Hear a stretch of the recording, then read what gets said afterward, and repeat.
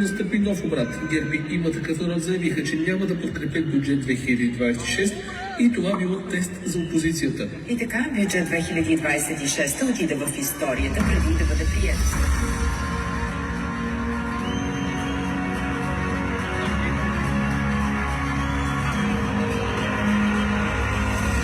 Отново се опитаха да ни пробутнат този бюджет, обаче ние внезапно се събрахме.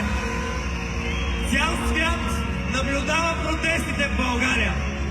Reuters ги излъчва на живо. Бяхме на първа страница в Нью Йорк Таймс. А сега на сцената ще поканя младият журналист от Deutsche Welle Маргарита Атанасова. Маргарита Николова. Здравейте, свободолюбиви граждани! Не просто свободни, а свободолюбиви граждани! За мен е огромно удоволствие и чест да сме толкова ново, да сме отново заедно, да сме непримирими, да сме избрали пред комфорта на дома ни студа тази вечер, защото знаем какъв е залогът. А залогът, драги съмишленици, е свободата ни, тази на всеки един от нас. Затова ви благодаря, че тази вечер сме отново заедно. Аплодисментите са за всички вас.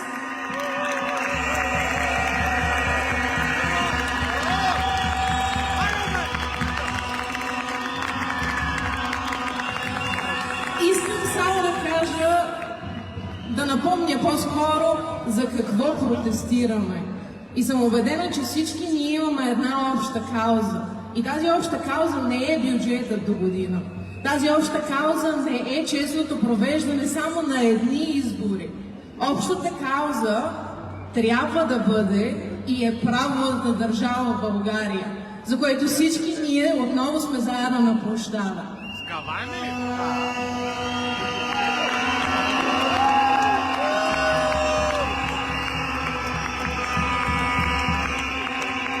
И за финал искам да споделя с вас нещо много лично. Баща ми, който за съжаление вече не е сред живите, ме научи на нещо много важно.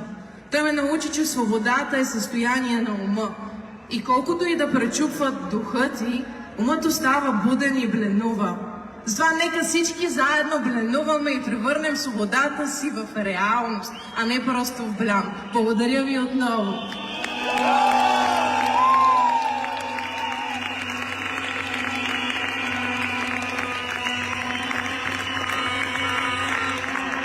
Сега ще покажем снимки как световните медии представиха протестите в България.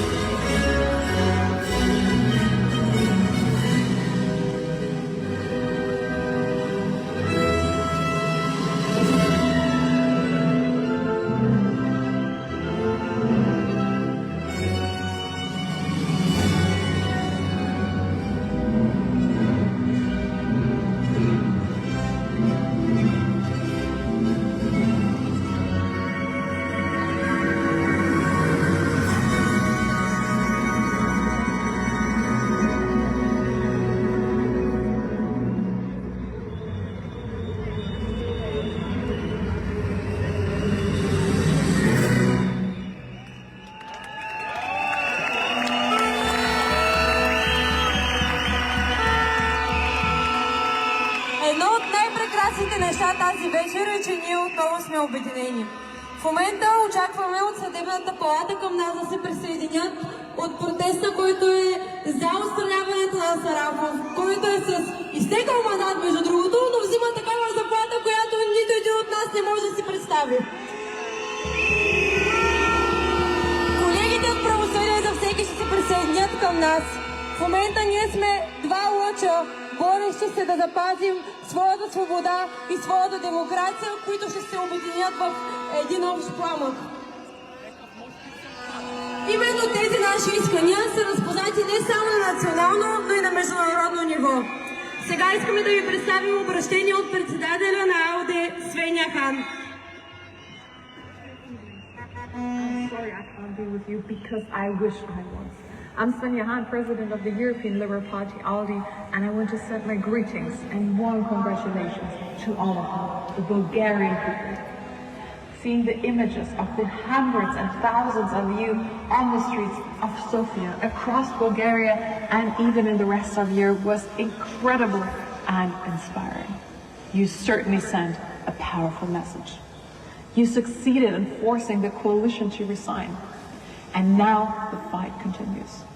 New, free and fair elections that reflect the real wishes of the people is what Bulgaria needs. I wish Asen, Nikolai Kyrill-Blago and all our friends as we continue the change and partners the very best. I stand with you and hope you get the 121 and a majority in parliament to really transform Bulgaria for the better.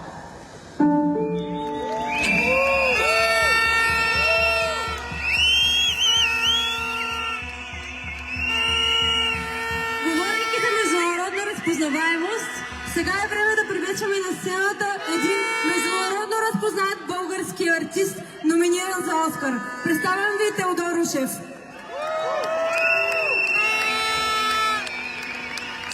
Здравейте! Здравейте, красиви хора! Идвайки насам от Канада, седях до едно френско семейство и те ми казаха: ей, вие направихте страхотно нещо в България. И аз казвам: да, затова се връщам. И те казаха: мислите ли, че ще стане по-добре? И аз казвам: абсолютно съм сигурен. Абсолютно съм сигурен в победата. Абсолютно съм сигурен, че ще бъдат изметени всички и Пеевски, и Борисов, и цялата клика, която държат правосъдието.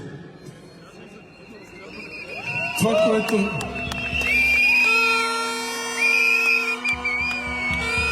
оставка и вън на всички.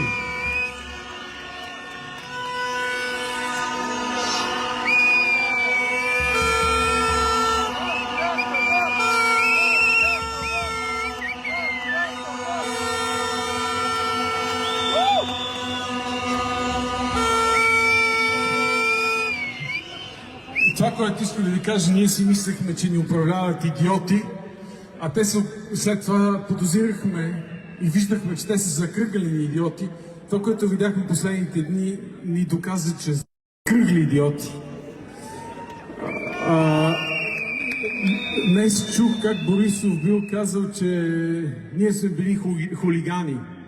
Пожелавам на всяка страна да има такива хулигани като вас и като нас, срещу некадърниците, които са ето там. Вън! Вън! Вън! Вън! Вън! Мафията вън!